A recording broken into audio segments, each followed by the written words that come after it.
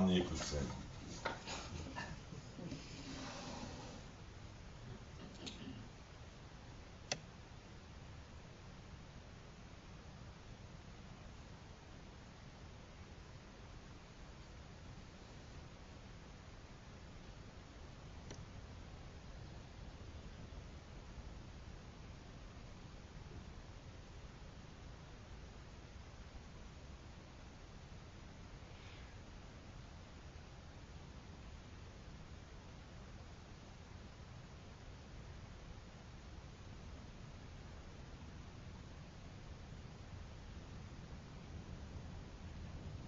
Question.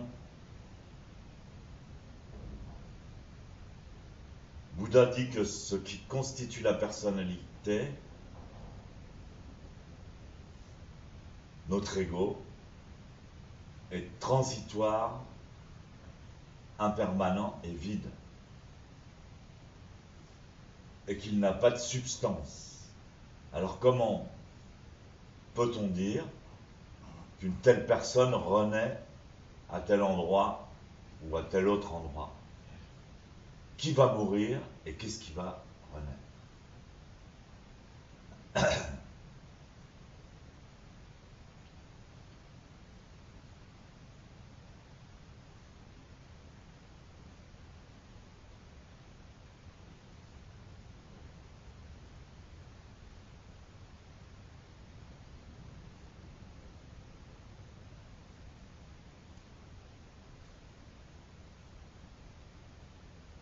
Nagarjuna répond, ce point a déjà été discuté tout au long du chapitre consacré au Bodhisattva. Ceux qui comprennent l'enseignement à moitié disent que les 5 agrégats qui constituent la personnalité sont vides, n'ont pas de substance et sont impermanents. Mais cela n'est pas suffisant. Parce que selon l'enseignement du Bouddha, les 5 agrégats qui constituent la personnalité ne sont ni éternels, ni impermanents, ni vides, ni non vides, ni substantiels, ni non substantiels.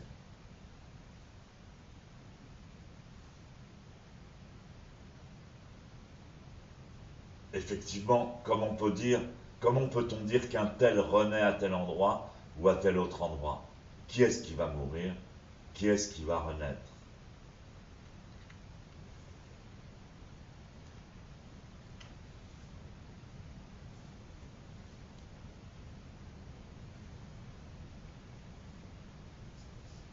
Et en effet, Bouddha dit qu'il ne faut pas chercher une Atman, c'est-à-dire prendre ce qui n'est pas un soi pour un soi. C'est-à-dire une âme assimilable à un ego personnel. Parce que cette âme personnalisée n'existe pas vraiment. Ça n'est qu'une désignation qui n'existe qu'en raison de la concordance complexe de diverses causes et de diverses conditions.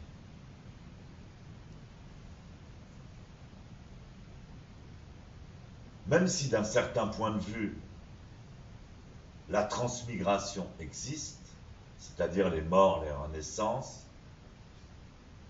fondamentalement, il n'y a pas de transmigration.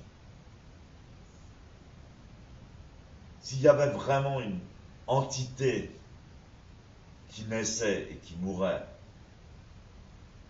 il y aurait une existence réelle de la transmigration.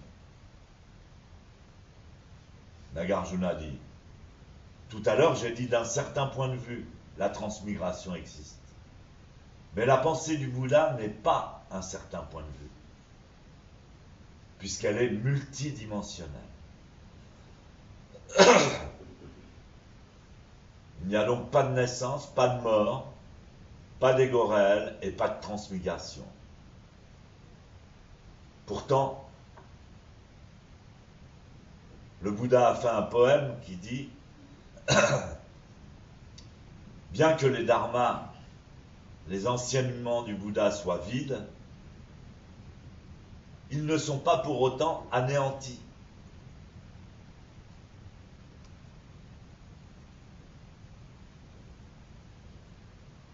Les actes que nous faisons, bien qu'on puisse dire qu'ils sont en fait inexistants, bien qu'on puisse dire aussi qu'ils ne sont pas éternels, ils ne sont pourtant jamais perdus.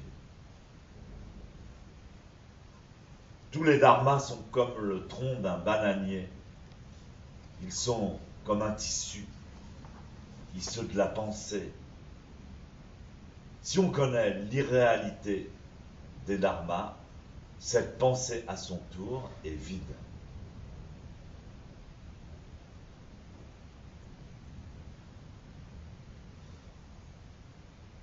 L'homme qui pense au vide n'est pas un adepte de la voie. Cependant, les dharmas ne naissent pas,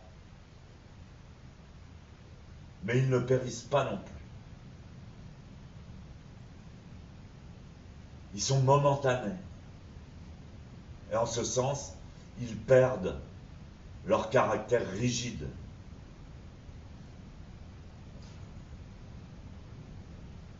Celui qui croit dans la pensée tombe dans le filet de l'illusion.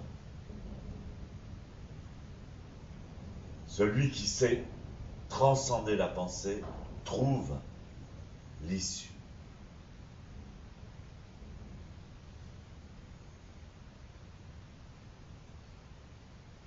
Alors c'est comme quand je répondais à la question hier, je disais les mots c'est comme un langage inférieur pour essayer d'exprimer des choses qui n'appartiennent pas à notre dimension.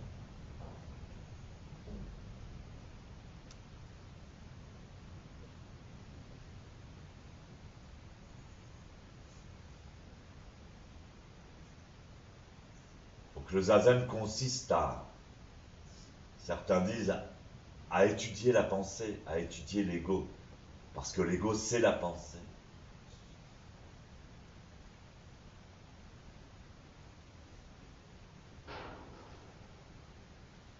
Et donc se libérer de la pensée, se libérer de l'ego.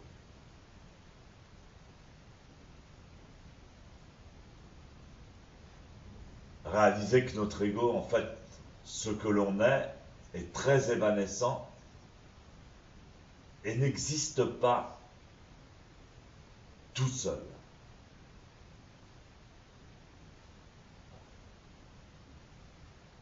Nous sommes donc universels en fait. On a un ego universel.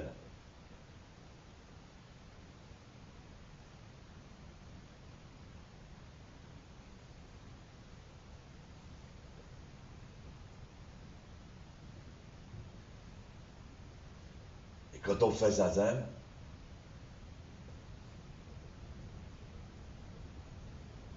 on découvre la dimension bouddhique ou Bouddha. On découvre la Bouddha de notre ego. Faut pas avoir peur.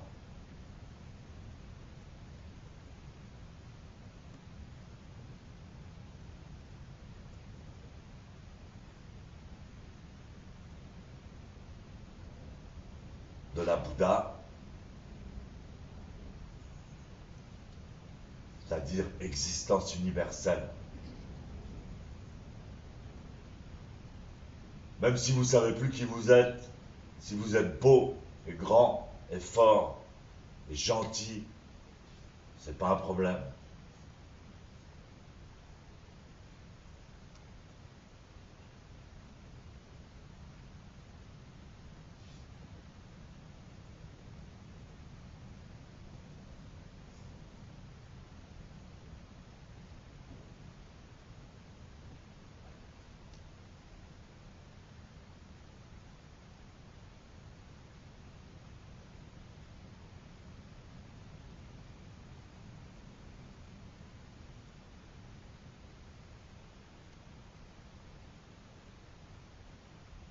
Alors un jour, Subhuti, qui est un disciple du Bouddha, dit à Sariputra, qui est aussi un disciple du Bouddha,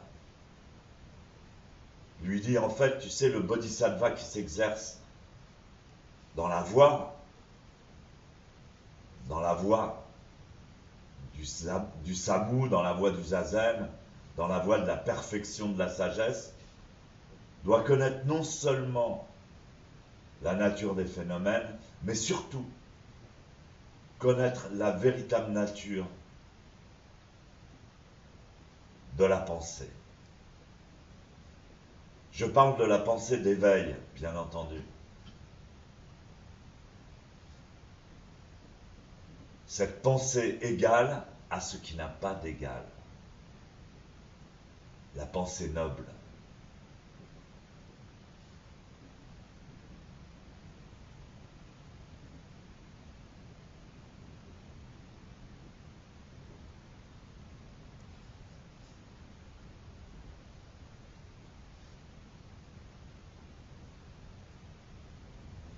Ça sera pour la prochaine Sesshin en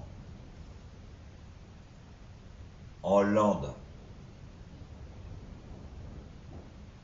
Un merveilleux mondo entre Subhuti et Sariputra à propos de Ishiryo, à propos de la pensée noble, la pensée qui n'a pas d'égal. Donc ceux qui viendront à la Sesshin, n'oubliez pas d'amener votre maillot de bain.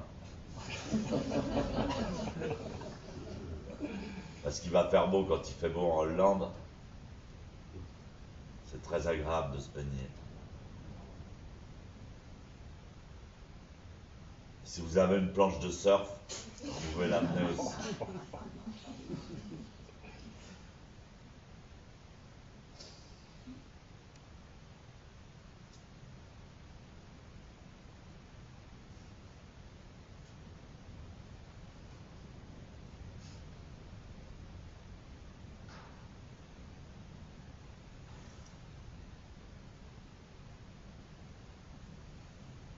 Kaijo.